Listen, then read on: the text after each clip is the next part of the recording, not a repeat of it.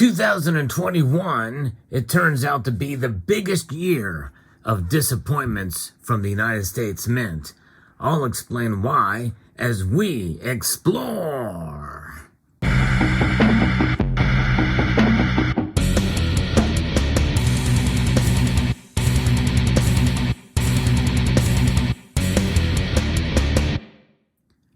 The Mint has disappointed us throughout its history in one form or another. There's no question about that.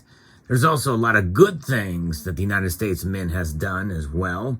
And we'll talk a little bit about both of those. But the overall message in this video is the year of change for the worse at the United States Mint.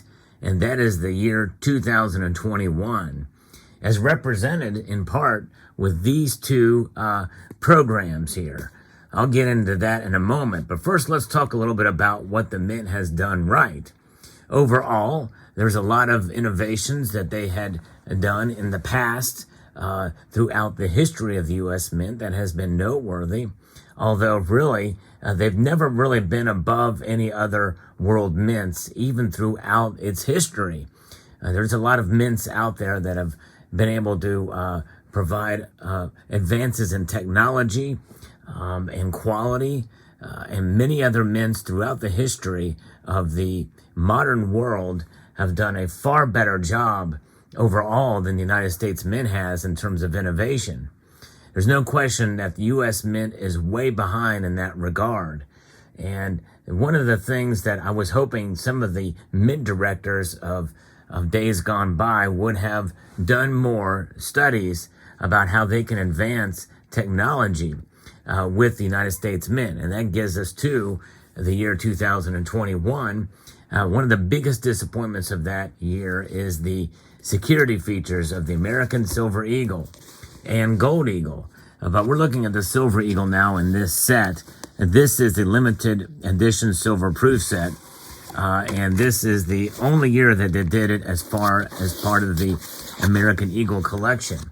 But one thing we first notice is the generic looking packaging here. It has these cheap boxes with the black on black, whereas these limited edition silver proof sets used to have much better packaging, more high quality, beautifully done. But these have a very cheap plastic insert, and that is the case for all of the packages. For all of their products, including commemorative coins.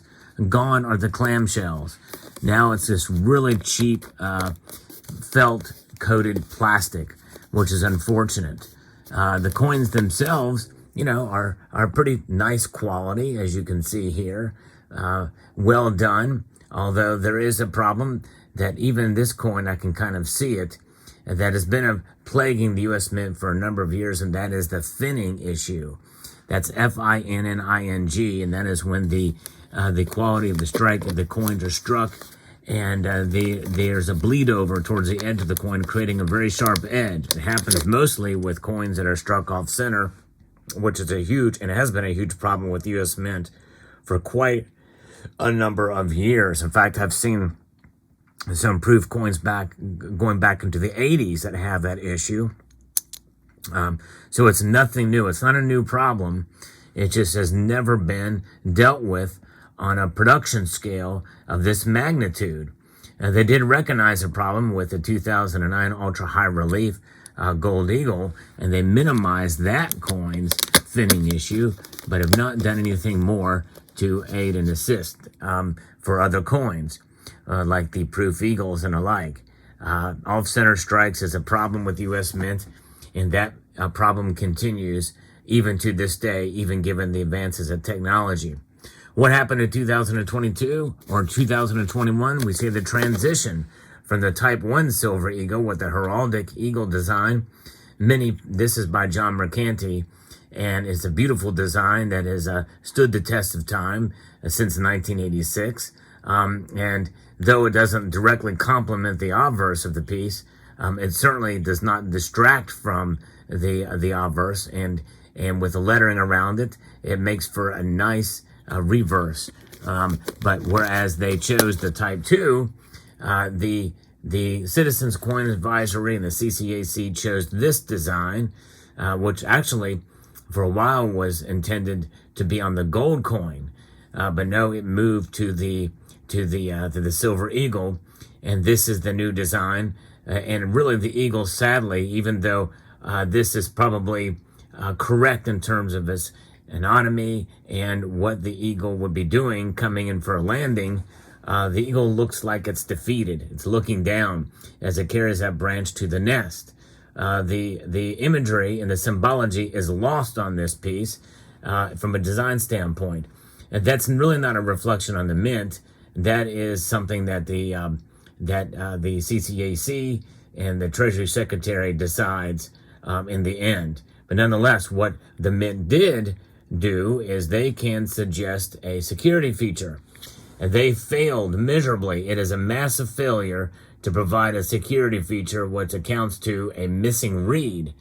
If you call that a security feature, I have a bridge to sell you in Brooklyn or London or New York or San Francisco. In fact, I can say 3 for $1.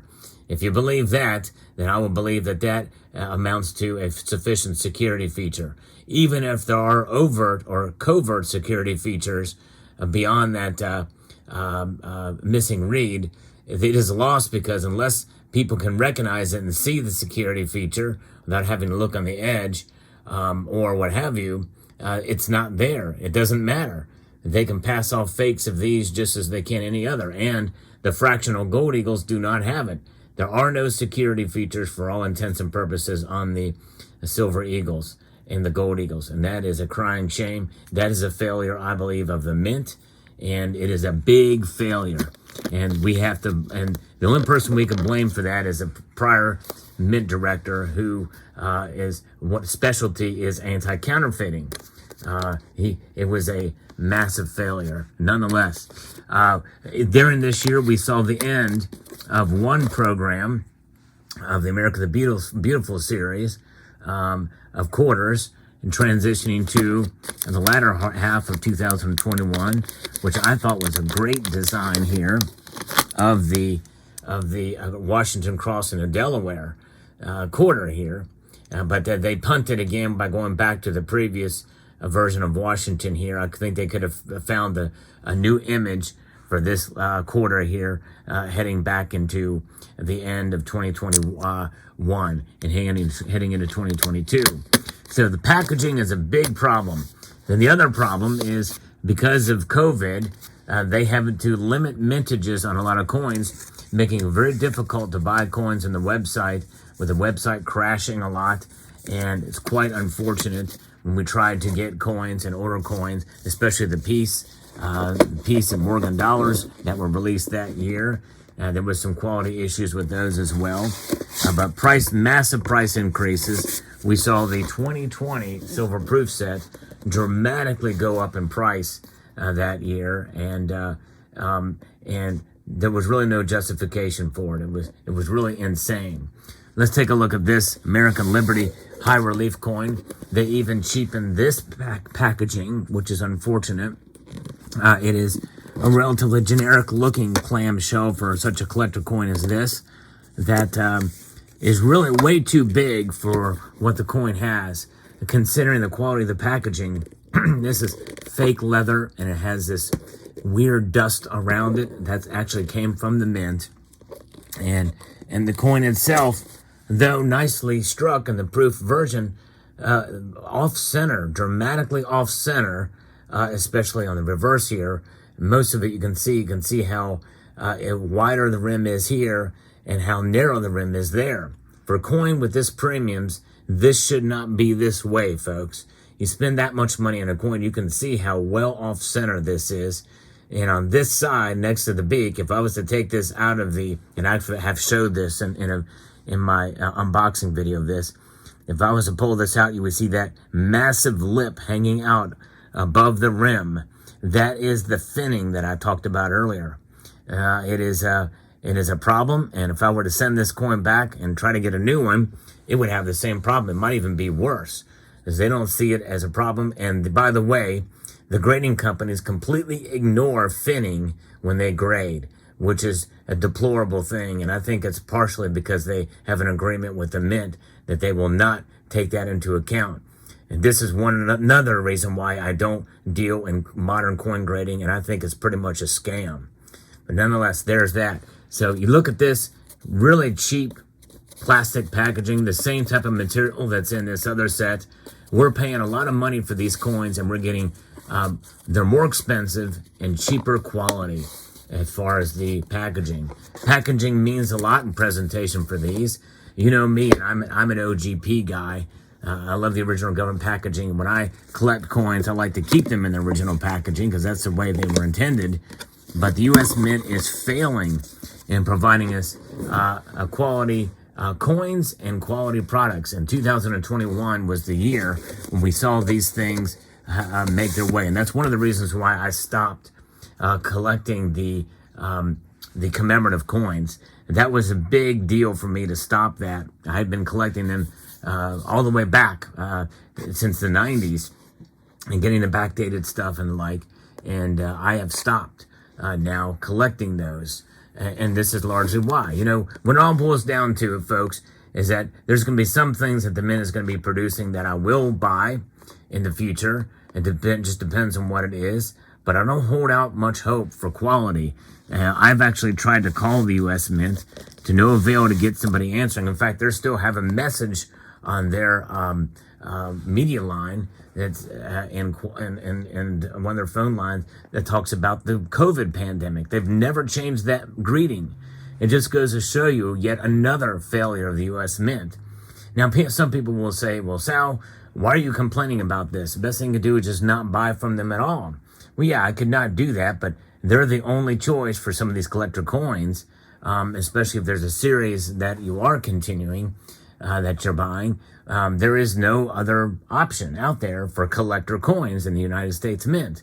If you want to get U.S. coins, you've got to get them from the U.S. Mint and then collector versions, especially for a series that you might be interested in. This series, the American Liberty series, is one that I'm very interested in. I'm going to try to collect them and continue to collect them. So it's in everyone's best interest that they do high quality coins and keep the prices fair, because they essentially have a monopoly on them. There's no other government mint that here in the United States to compete with a government entity. So and it doesn't need to be this way. The United States Mint can improve.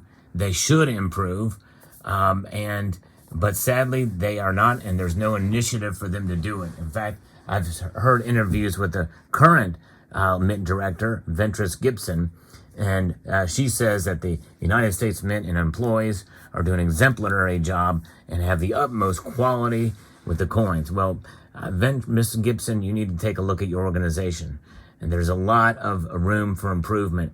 And you can start with the packaging, you can start with the price, and you can start with the quality control. Those are the three biggest issues with the U.S. Mint right now. And I have even gone into the woke factor that the United States Mint has been engaging in, just as the case with most government and corporate America. But there you have it. Let me know what your thoughts are in the comment section below. Hope you found this video insightful, informative, and let me know what your thoughts are on the United States Mint. Are you pleased with them? Do you care? Do you want to see improvements? Are you a collector? Even if you're just a stacker, I think even the bullion coins leave room for improvement. I've seen a lot of milky silver eagles, especially considering the premiums we pay for them. Especially, here's another thing about the U.S. Mint. They are not keeping up with the demand for silver eagle planchets, or for silver eagles. They are not, and they should work harder to make that happen. It's not rocket science. It doesn't need to be rocket science. But I understand that some of the suppliers and the like is going to take some work to make it happen. But they can do it. It can be done. There's no question about it. So let me know what your thoughts are in the comment section below. I'd like to extend a multitude of gratitude to all of you for taking the time to watch, and encourage you to please rate, share, comment, and subscribe.